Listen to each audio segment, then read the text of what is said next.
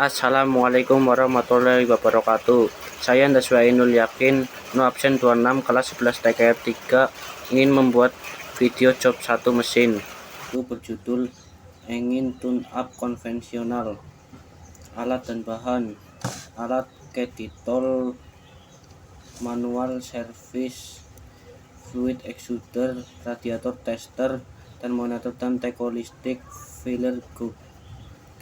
Bahan: unit mobil Kijang Super, baterai 60 volt, macun atau kain perca dan termostat.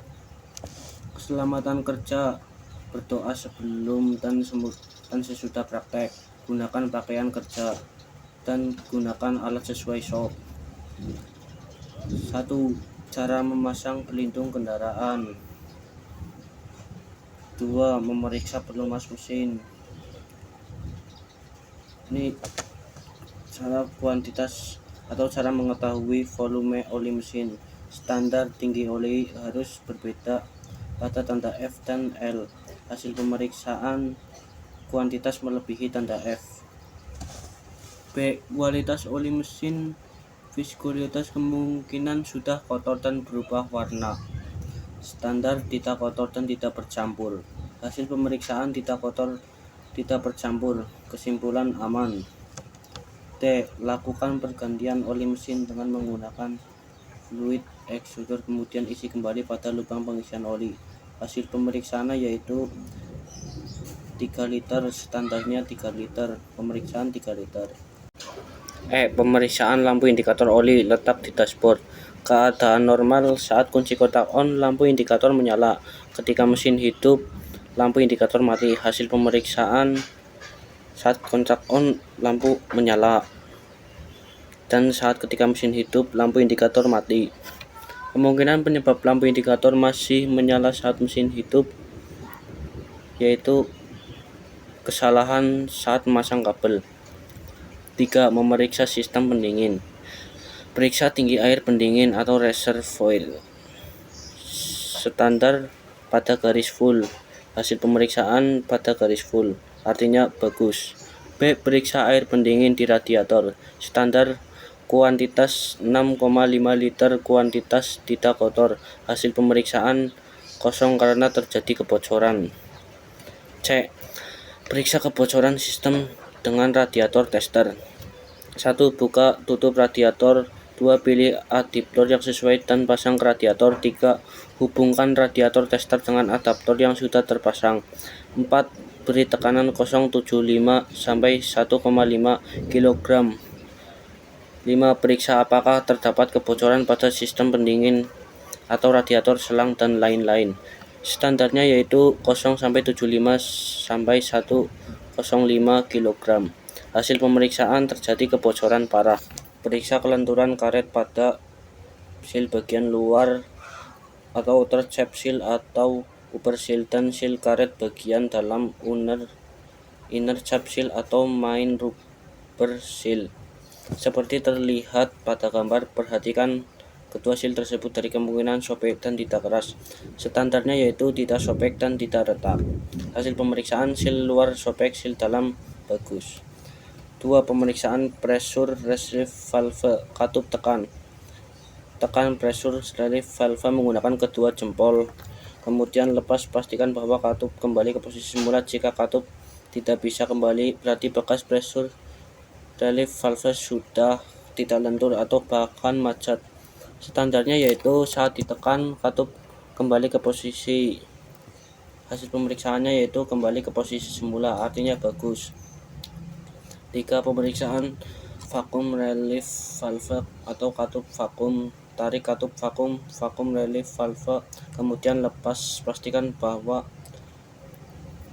katup vakum kembali pada posisi semula dengan posisi katup menutup sempurna pada inner cap seal. Jika katup vakum tidak kembali ke posisi semula atau kembali tapi posisinya tidak sempurna, maka tutup radiator harus diganti. Hasil pemeriksaannya sempurna. Periksa kondisi tutup radiator dengan radiator cap tester. Standarnya yaitu 0,75 sampai 105 kg per centimeter. Hasil pemeriksaannya melebihi standar. Kesimpulannya jelek. 4. Memeriksa saringan udara dengan menggunakan airgun semprot filter dari sebelah dalam. Hasil pemeriksaan masih bagus. Kesimpulan aman. 5. Memeriksa dan menyetel celah katup. Cara menyetel yaitu putar poros engkol sampai top silinder 1, amati posisi katup. Cek celah katup menggunakan filler gauge pada katup yang sedang dalam kondisi menutup. Bila tidak sesuai spesifikasi, setel katup. Katup in ukurannya 0,20 mm, katup out ukurannya 0,30 mm.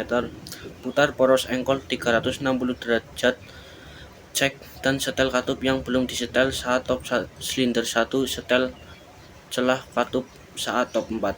Hasil pemeriksaannya yaitu saat top 4 silinder 2 katup buang push rod kencang, tidak bergerak bebas. Kesimpulan perlu disetel ulang. 6. Tali kipas. A. Periksa secara visual dari kemungkinan tali kipas aus terlalu kencang retak. Hasil pemeriksaan tali kipas aus pada bagian samping. Setelah itu periksa persinggungan yang tidak sempurna antara tali kipas dengan buli. Hasil pemeriksaan ada celahnya. Saya periksa kekencangan tali kipas, standar tegangan tali kipas, baru defleksi 5-7 mm saat ditekan 10 kg, bekas defleksi 1,25 cm. Hasil pemeriksaan renggang sekitar 1 cm, kesimpulannya masih tergolong ideal. Periksa termostat. A. Celupkan termostat ke dalam air dan periksa suhu pembuka katup dengan jalan memanaskan air sedikit demi sedikit. Ganti termostat jika katup tertutup pada temperatur kerja atau tidak tertutup rapat waktu menutup. Termostat mulai membuka pada suhu 86% Celcius.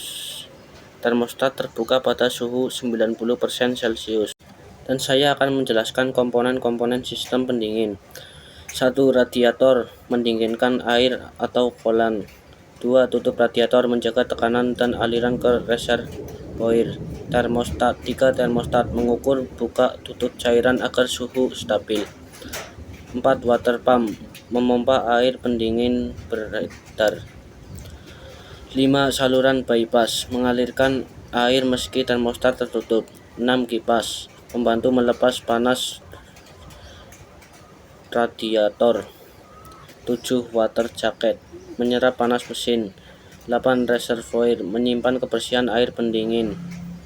Kesimpulan dari job 1 engine tune-up konvensional adalah pemeriksaan engine tune-up konvensional ini mengidentifikasi masalah kritis pada sistem pendingin dan pelumasan yang ditandai dengan kebocoran parah dan tutup radiator yang rusak, yang menyebabkan air radiator kosong serta indikasi tekanan oli mesin yang rendah. Diperlukan tindakan segera untuk menyetel ulang celah katup karena push rod yang kencang pada silinder 2 dan mengganti tali kipas yang sudah aus.